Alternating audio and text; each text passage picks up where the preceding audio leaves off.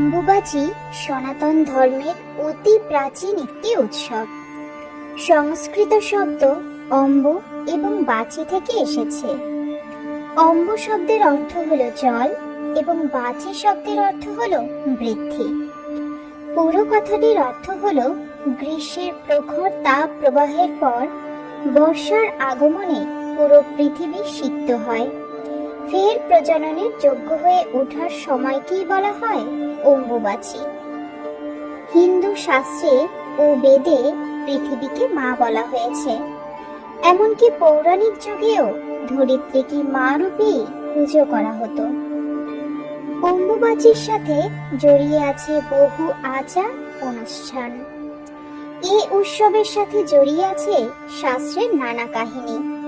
চলুন তবে জেনে নেওয়া যাক 2025 সালের অম্বুবাচীর সঠিক সময়সূচি এবং অম্বুবাচীতে কি কি করবেন কি কি করবেন না।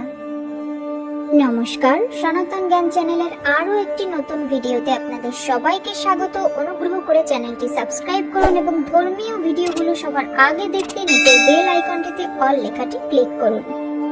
অম্বুবাচীকে বিভিন্ন আঞ্চলিক ভাষায় আমাবতীও বলা হয়। ভারতের একাধিক স্থানে অম্বুবাচী রজোৎসব নামেও পরিচিত। এই সময় পৃথিবী ঋতুমতী হয়। এ সময় পৃথিবী ঋতুপতী হয় বলে মনে করা হয়। ধর্মীয় শাস্ত্রে 51টি সতীপীঠের কথা বলা হয়েছে। প্রতিটি সতীপীঠেরই নিজ নিজ মাহাত্ম্য রয়েছে।